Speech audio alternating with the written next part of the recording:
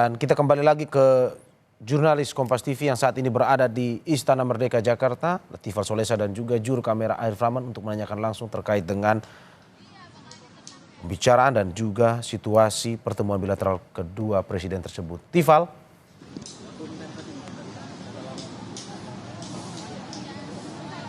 Tifal bisa mendengar suara saya? Ya, saya bisa mendengar, Mario. Tifal, di layar kaca ini kita melihat bahwa Presiden Emmanuel Macron itu bertemu dengan sejumlah Menteri Kabinet Merah Putih yang mendampingi Presiden Prabowo Subianto. Betul, masuk akal kalau Anda tadi bilang bahwa tidak hanya soal pertahanan. Karena beberapa menteri yang ikut ini ada Menteri Menko Ekonomi, ada juga Menteri Investasi, Menteri SDM yang ikut bertemu dengan Presiden Prancis Emmanuel Macron. Sehingga memang kalau kita lihat, kalau kita tanyakan kepada Anda, yang ingin saya tanyakan adalah tidak hanya alutsista ya, tetapi juga ada beberapa kerjasama investasi yang akan mungkin dilakukan oleh Indonesia bersama Prancis.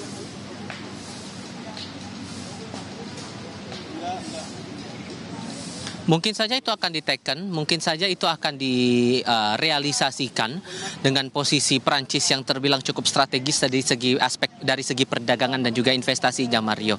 Tapi yang juga perlu diperhatikan di sini adalah kalaupun dari sektor investasi tadi sudah data-datanya sempat saya sampaikan di awal laporan langsung tadi dengan nilai yang terbilang signifikan dari catatan 2023 saja.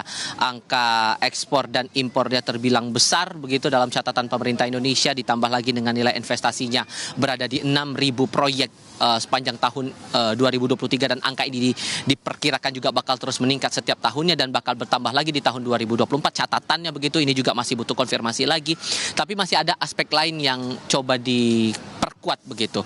Ini saya refleksikan lagi dengan pertama kedatangan dari Menteri Pariwisata Widianti Wardana hari ini mendampingi Presiden Prabowo Subianto dengan agenda esok hari yang kemungkinan kedua pemimpin negara, Presiden Prabowo Subianto dan Presiden Emmanuel Macron ini akan singgah ke Candi Borobudur di Magelang, Jawa Tengah.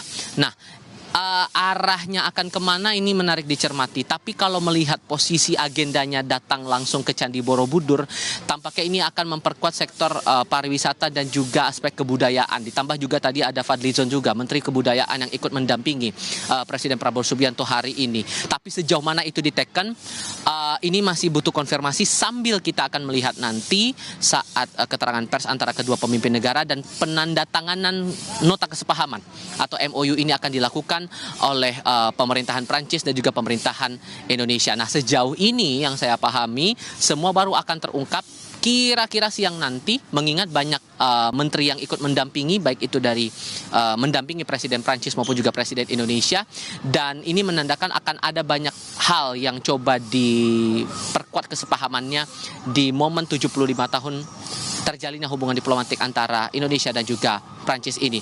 Belum bisa saya prediksikan akan ke arah mana nanti investasi dan juga perdagangan ini akan bermuara nanti di pemerintahan saat ini Presiden Prabowo Subianto dan Wakil Presiden Gibran Rakabuming Raka di era Kabinet Merah Putih ini. Tapi tentu ini akan menarik untuk dicermati, Mario. Oke, Tifal, usai dengan pertemuan bilateral keempat mata yang terjadi pada pagi hari ini, kemana nantinya? Apakah betul Presiden Macron akan nantinya berkunjung ke Universitas Negeri Jakarta untuk bertemu sejumlah mahasiswa dari berbagai universitas. Lalu pada hari ini juga nantinya katanya malam akan kembali ke Istana Merdeka untuk dijamu makan malam bersama Presiden Prabowo Subianto, atau bagaimana agenda untuk di hari ini? Yang saya kantongi informasinya betul bahwa untuk saya spesifik bicara di kompleks Istana Kepresidenan, malam nanti akan ada jamuan makan malam yang disiapkan oleh Presiden Prabowo Subianto untuk Presiden Prancis Emmanuel Macron dan Ibu Negara Prancis Brigitte Macron.